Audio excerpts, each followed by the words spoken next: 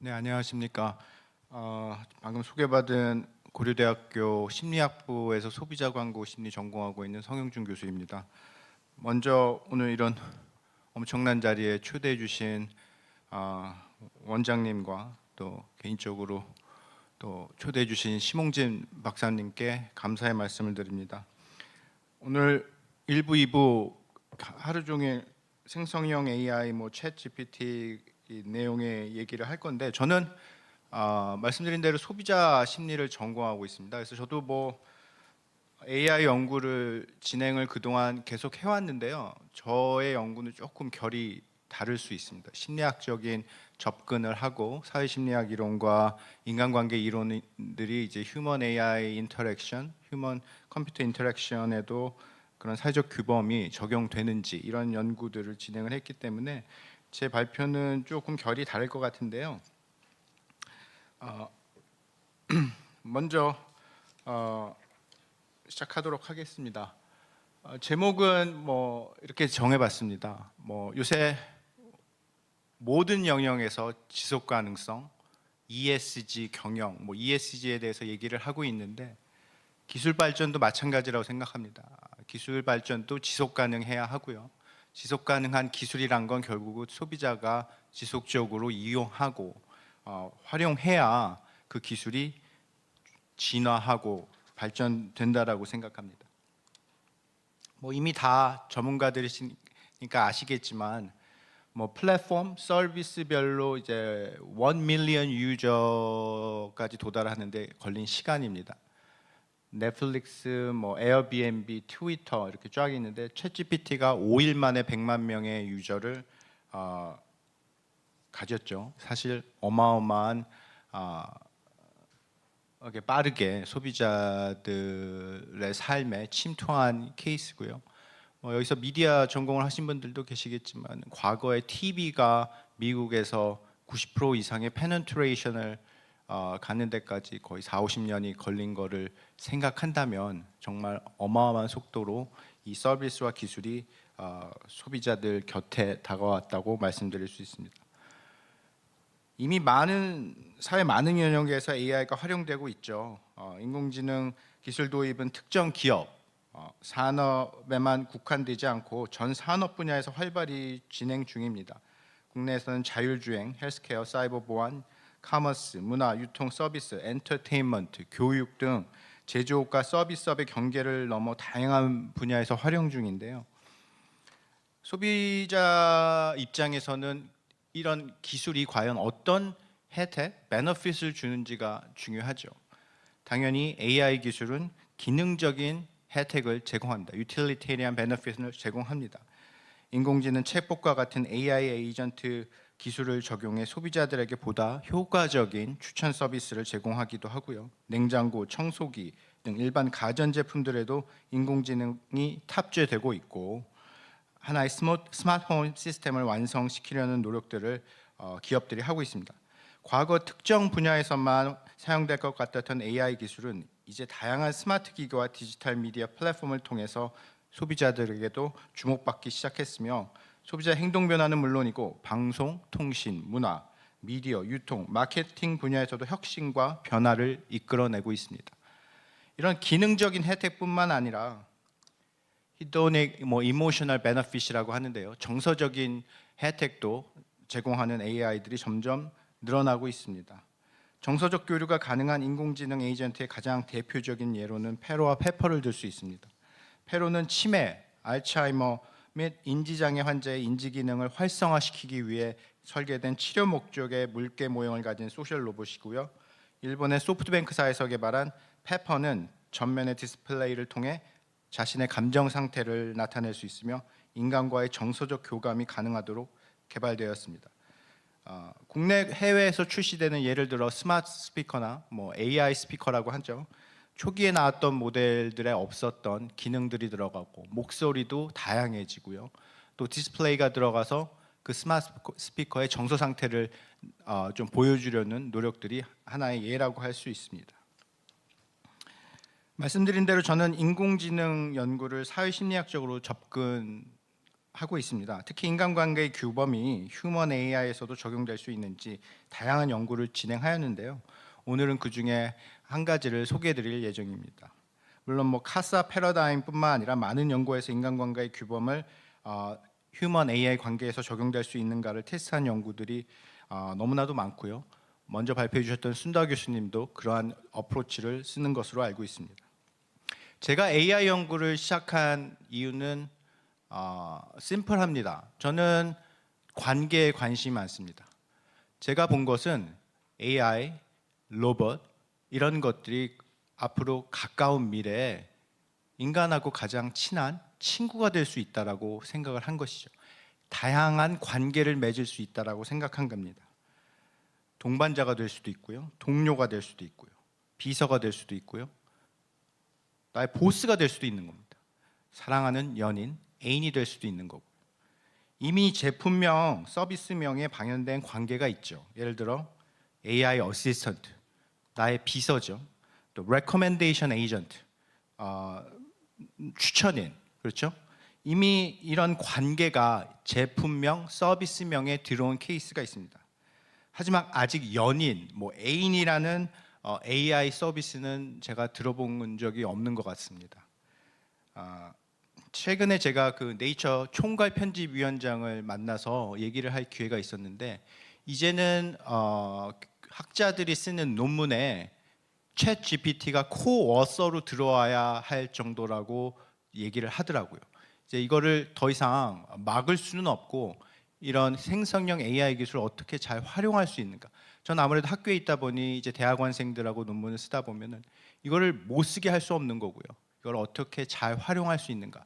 그런 고민이 되는 시점입니다. 여러분들 이 영화 보신 분들 많겠죠. 영화 그녀라는 영화고요. 스파이크 존스 감독이 직접 각본을 쓰고 연출한 2013년 개봉한 SF 멜로 영화입니다. 아카데미 상도 받았고요. 과학기술의 발달과 함께 개인화된 2025년 미래를 그린 영화입니다. 올해가 2023년이니까 이제 2년도 안 남았습니다. 2025년에 우리가 앤드로이드하고 사랑에 빠질 수 있을까요? 지금 기술의 진화와 개발 속도에 의하면 가능할 수도 있을지 모르겠지만, 저는 그게 이 영화를 볼 당시는 2025년이 굉장히 먼 미래라고 생각했는데, 이제 곧 12월, 올해도 한 달이 남았고 내년 1년만 지나면 25년이 되기 때문에 정말 시간이 빠르고 기술의 진화와 개발 속도가 어마어마구나라고 생각을 했습니다. 이 영화 보신 분들 아시겠지만 이 주인공이 앤드로이드하고 사랑에 빠지는 거죠. 그런데 영화가 이제 끝으로 갈수록 어느 포인트에서 이 주인공이 멘붕에 빠집니다. 언제 멘붕에 빠지는지 혹시 기억나시는 분 계신가요? 이 주인공이 멘붕에 빠지는 포인트는 이 자기와 사랑을 나누는 이 앤드로이드가 나와 같은 사람이 8,000명 이상이 있다라는 사실을 알고 멘붕에 빠지죠. 이게 one-on-one 관계가 아닌 겁니다. one to many인데 one to many도 그냥 one to two, three가 아니라 one to 8,000라는 거예요. 그 사실을 알고 멘붕에 빠지고 이거는 interpersonal relationship, close relationship이 아니구나라는 사실을 알게 되는 거죠. 거기서부터 신뢰가 무너집니다. 제가 오늘 말씀드릴 내용 중에 키 포인트가 신뢰인데요. 신뢰, 커미먼트가 있을 수 없죠. 왜냐, 나하고만 관계를 맺는 게 아니기 때문에 나의 자기 노출을 할 수도 없는 상황이 돼버리는 거고요. 커미먼트가 있을 수가 없습니다. 인간관계 이론, 사회심리학에서 보면은 인간관계를 롱텀으로 유지하기 위해서 가장 중요한 팩터는 트러스트입니다. 다양한 변인들이 있지만 신뢰보다 더 큰 설명력을 주는 관계 변이는 없습니다. 신뢰는 기술, 집단, 개인 간 상호작용의 복잡성을 극복할 수 있도록 하는 효과적인 수단이라고 말씀드릴 수 있고요. 신뢰는 사람들이 어떤 것을 비밀로 하고 어떤 것을 남들과 공유할지를 결정하는지를 이해하기 위해서 매우 필요한 요인입니다. 자, 여러분들 TV 요새 뭐 젊은 MZ라고 하는데 젊은 친구들은 사실 TV를 안 봅니다. TV가 없어요, 집에. 그래서 LG나 삼성 같은 기업들은 굉장히 고민이 많습니다. 특히 코비드를 경험하고 TV가 더 이상 안 팔리고, 뭐 물론 넷플릭스나 OTT 때문에 조금 반짝했는데 이 젊은 세대들은 이 모바일 화면에 익숙해져 있습니다. 세로 화면에 익숙해져 있기 때문에 가로형 화면에 익숙치가 않아요. 그리고 TV에 대한 니즈가 전혀 없습니다. 그래서 LG와 삼성 같은 기업에서 지금 고민하고 있는 게 이제 컨텐츠만 제공해서는 TV를 사용하지 않는다라는 거죠. 여러분들 만약에 저 TV에 맨 위나 바텀에 카메라가 있다면 어떻게 생각하세요? 마음이 불편하실 것 같으세요? 괜찮으실 것 같으세요? 이미 미국에서는 소비자 조사를 통해서 거의 80% 이상의 소비자들이 내가 그 카메라를 컨트롤만 할 수 있다면 괜찮다라는 조사가 나와 있습니다. 그런데도 업체, 기업에서는 저걸 넣을까 말까 고민을 하고 있죠. 저걸 왜 넣고 싶냐? 저걸 넣으면 교육이나 다양한 영역에서 TV가 활용될 수 있거든요. 프라이버시 매우 중요합니다. 인공지능과 상호작용에서 프라이버시는 신뢰를 결정하는 매우 중요한 요인입니다. 뭐 이미 다 아시겠지만 2020년 지능정보사 이용자 패널 데이터 구축 및 조사에서 밝혀진 바와 같이 디지털 미디어와 AI 사용자들의 69%, 거의 70%가 프라이버시 컨선을 느끼고 있고요. 거의 60% 되는 사용자들이 그들의 퍼스널 데이터가 어떻게 사용되고 있는지조차 모른다라고 대답했습니다. 개인정보 공개는 개인에게 분명한 위협의 요소가 될 수 있고요. 신뢰는 위험 요소를 포함하고 있는 불확실성이 존재하는 상황에서 개인정보를 공개하는 중요한 결정 변수라고 할 수 있습니다. 생성형 AI든 일반 AI든 저는 reliable하고 dependable하고 신뢰할 수 있는 AI가 중요하다라고 생각하고요. 특히 기능적, 윤리적, 정서적, 심리적인 신뢰를 주어야 한다고 생각합니다. 그리고 프라이버시 문제는 인공지능 윤리 가이드라인의 주요 내용이고요. 이용자의 권리와 직결되어 있는 개인정보 보호는 기술의 지속 가능한 발전에 매우 중요한 요소라고 할 수 있습니다. 그래서 저는 뭐 다양한 연구를 진행했는데 최근에 했던 연구를 하나 소개시켜 드리려고 합니다. 과연 AI, 생성형 AI 시대에 사용자들, 유저들이 생각하는 개인정보란 무엇인가? 이걸 한번 확인해 보자 하고 설문조사를 실시했습니다. 그래서 Type of Privacy in the Era of AI라고 제가 말씀드렸는데 이런 인공지능 시대에 과연 사용자들, 소비자들이 생각하는 개인정보, 프라이버시는 무엇이냐라고 해서 설문조사를 실시하였고요. 그 결과를 간략히 소개해 드리려고 합니다. 첫 번째, 디지털 발자취 정보, 디지털 풋프린트라고 제가 명명했는데요. 이 프라이버시에는 URL 본인들이 방문한 웹사이트나 본인들이 사용한 애플리케이션 그리고 어떤 앱을 다운로드를 받고 어떤 페이지를 봤으며 이런 정보들이 들어가 있습니다. 요인 분석을 통해서 확인할 결과 이런 내용들이 디지털 풋프린트라는 프라이버시의 종류로 도출되었습니다. 이게 첫 번째 프라이버시였고요. 두 번째 프라이버시는 제가 디지털 생활 필수 정보라고 명명했는데 디지털 라이프 인포메이션이라고 해가지고 개인 정보죠. 디지털 공간에서 AI와 AI를 사용할 때 필요한 정보, 내가 제공해야 되는 정보, 주소, 소셜 시큐리티, 주민번호 그렇죠? 전화번호, IP 어드레스, 파이낸셜 인포메이션 같은 것들도 포함할 수 있습니다. 신용카드 정보라든가 지문, 요새 또 그런 정보들을 많이 요구하죠. 그리고 세 번째는 인구 통계 정보였습니다. 예, 나중에 말씀드리겠지만은 인구 통계 정보에 대한 연령대별로 반응이 좀 다른데요. 뭐 젠더, 에이지, 뭐 혈액형, nationality, ethnicity, 뭐 홈타운 같은 기본적인 인구 통계 정보죠. 이게 세 번째 프라이버시로 나왔고요. 마지막으로 자기 표현 정보라는 프라이버시가 나왔습니다.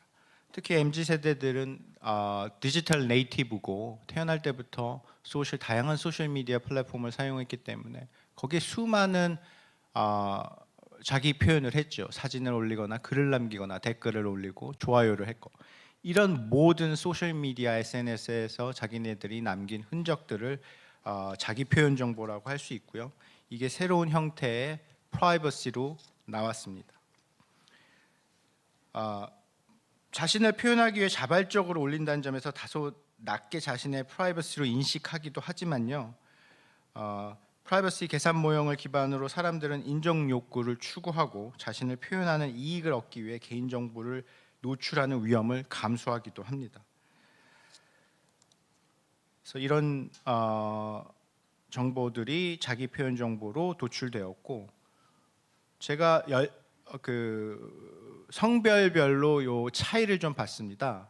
디지털 풋프린트, 디지털 라이프, 데모, 그리고 셀프 익스프레션 정보를 이제 남녀 차를 좀 봤더니 전반적으로 여성들이 더 이 프라이버시 타입에 상관없이 높게 위험을 지각하고 있다는 것을 알 수 있었습니다. 통계적으로 유의미했던 부분은 디지털 라이프, 데모, 그리고 셀프 익스프레션 부분이고요.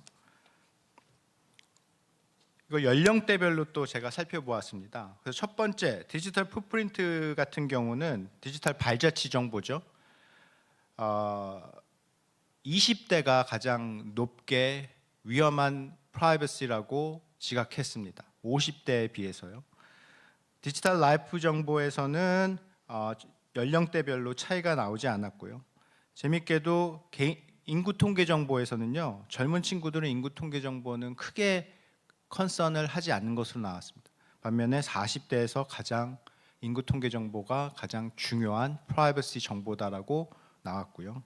마지막으로 셀프 익스프레션 정보, 소셜 미디어 상에서의 자신들의 흔적, 당연히 10대들은 I don't care 하는 애티튜드가 더 높았고요.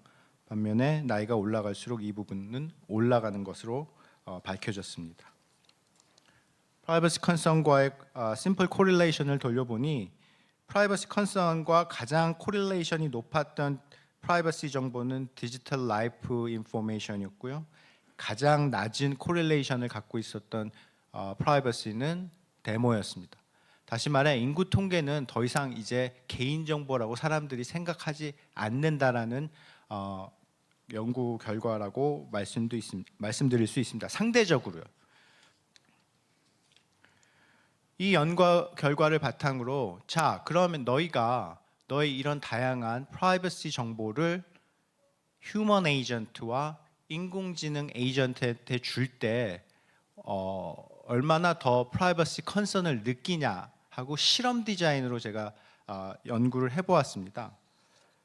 연구 결과 이 그래프에서 보시는 것처럼 디지털 풋프린트와 디지털 라이프 인포메이션 정보는 오히려 AI보다 인간에게 제공할 때 더 프라이버시 컨선을 느낀다라는 것을 알 수 있었습니다.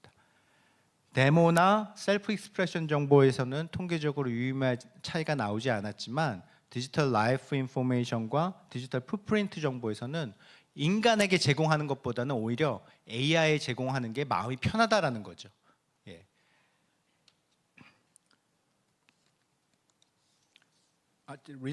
첫 번째 게 리스크이고 두 번째는 이제 컨선, 염려였는데 비슷한 연구 결과였습니다. 디지털 풋프린트 정보와 디지털 라이프 정보를 인간보다는 AI 에이전트한테 제공하는 게 더 상대적으로 더 편하다라는 결과죠. 그래서 이렇게 두 개의 연구 결과를 말씀드렸고요. 조금 랩업을 하자면 디지털 생활 필수 정보에 대해서 소비자들은 가장 큰 프라이버시 위험과 염려를 느낀다는 것을 알 수 있었고, 디지털 생활 필수 정보와 발자취 정보를 인간 직원에게 제공할 때 AI 직원에게 제공할 때보다 더 위험하고 걱정된다는 것을 알 수 있었습니다. 따라서 맞춤형 서비스, 추천 등을 위해서 개인에게 민감할 수 있는 정보를 수집하는 기업이나 기관은 오히려 인간 직원보다는 AI 에이전트를 통해서 그런 정보들을 요청하는 게 소비자들의 심리적인 반발을 줄일 수 있다라는 함의를 가질 수 있고요. 조금 더 신뢰할 수 있는 AI 직원, 에이전트의 개발이 필요하다는 것을 알 수 있습니다. 계속 강조하지만 신뢰는 기술, 집단, 개인 간 상호작용, 관계, 인터랙션의 복잡성을 극복할 수 있도록 하는 매우 효과적인 수단이고요. 신뢰는 사람들이 어떤 것을 비밀로 하고 어떤 것을 노출하고 어떤 것을 남들과 공유할지를 결정하는가를 이해하기 위해 매우 필요한 요인입니다. 개인정보 공개는 개인에게 분명한 위협의 요소가 될 수 있으며, 신뢰는 위험 요소를 포함하고 있는 불확실성이 존재하는 상황에서 개인정보를 공개하냐 마냐 하는 중요한 결정 변수라고 말씀드릴 수 있습니다. 프라이버시권을 보호해 줄 수 있는 법안 마련에 대한 고민은 그 어느 때보다도 중요하다고 생각합니다. 우리나라 헌법 제17조 모든 국민은 사생활의 비밀과 자유를 침해받지 아니한다라고 되어 있고요. 정보통신기술의 발전으로 개인정보가 활발하게 수집되고 있는 이 상황에서 개인은 자신의 정보에 대한 정당한 권리를 주체적으로 행사하고 헌법상의 프라이버시권을 보장받는 데 어려움을 느끼고 있습니다. 사람들은 대상에 대한 인식이나 개인정보 공개 의도를 인공지능 에이전트의 특성과 상황에 따라 다르게 평가한다라는 이번 연구 결과를 통해서 좀 더 지속 가능성을 고려한 기술의 발전이 이루어져야 된다라고 생각합니다. 제가 앞부분에 말씀드렸던 것처럼 요새 모든 기업들이 ESG를 외치고 있습니다. 기업뿐만 아니라 공공기관, 경영평가에서도 이제 ESG가 중요한 평가 부분으로 들어와 있는데요. 개인정보 보호는 기업의 ESG, 조직의 ESG 경영활동을 평가하는 주요 지표로 포함되고 있으며, 최근 기획재정부는 공공기관 경영평가에도 보안 관련 항목을 경영평가 관리평가 내용에 포함하겠다고 발표하였습니다. 이미 네이버와 같은 정보통신 기술 기업은 빅데이터, 인공지능 등 데이터 비즈니스 사업에 집중하면서 개인정보 보호를 ESG 경영의 최우선 과제로 삼고 있습니다. 기업이 프라이버시 문제 해결과 개인정보 보호를 위해 노력하는 것은 사회적 책임을 다하기 위해서만이 아니라 기업의 지속 가능성과 ESG 경영 실천을 통한 기업의 가치 향상을 위해서도 이루어져야 된다고 생각합니다. 마지막으로 본 발표에서 인공지능 에이전트와 연관된 프라이버시 문제에서도 법적, 제도적 장치가 중요하다는 것을 제안드리고요. 인공지능 에이전트를 둘러싼 환경 요인과 관련하여 이용자들은 법적 규제의 영향을 받아 인공지능 에이전트에 대한 신뢰를 결정하고 있었다는 것을 알 수 있습니다. 프라이버시 문제가 발생했을 때 인공지능 에이전트를 중심으로 한 법적 규제가 제대로 마련되어 있지 않기 때문에 인공지능 에이전트를 신뢰하기 어렵다는 것이고요. 이러한 인식은 인공지능 에이전트가 프라이버시 문제에 대해 명확하게 책임을 질 수 없다는 에이전트 차원의 책임성 특성과도 연관되어 있다고 생각합니다.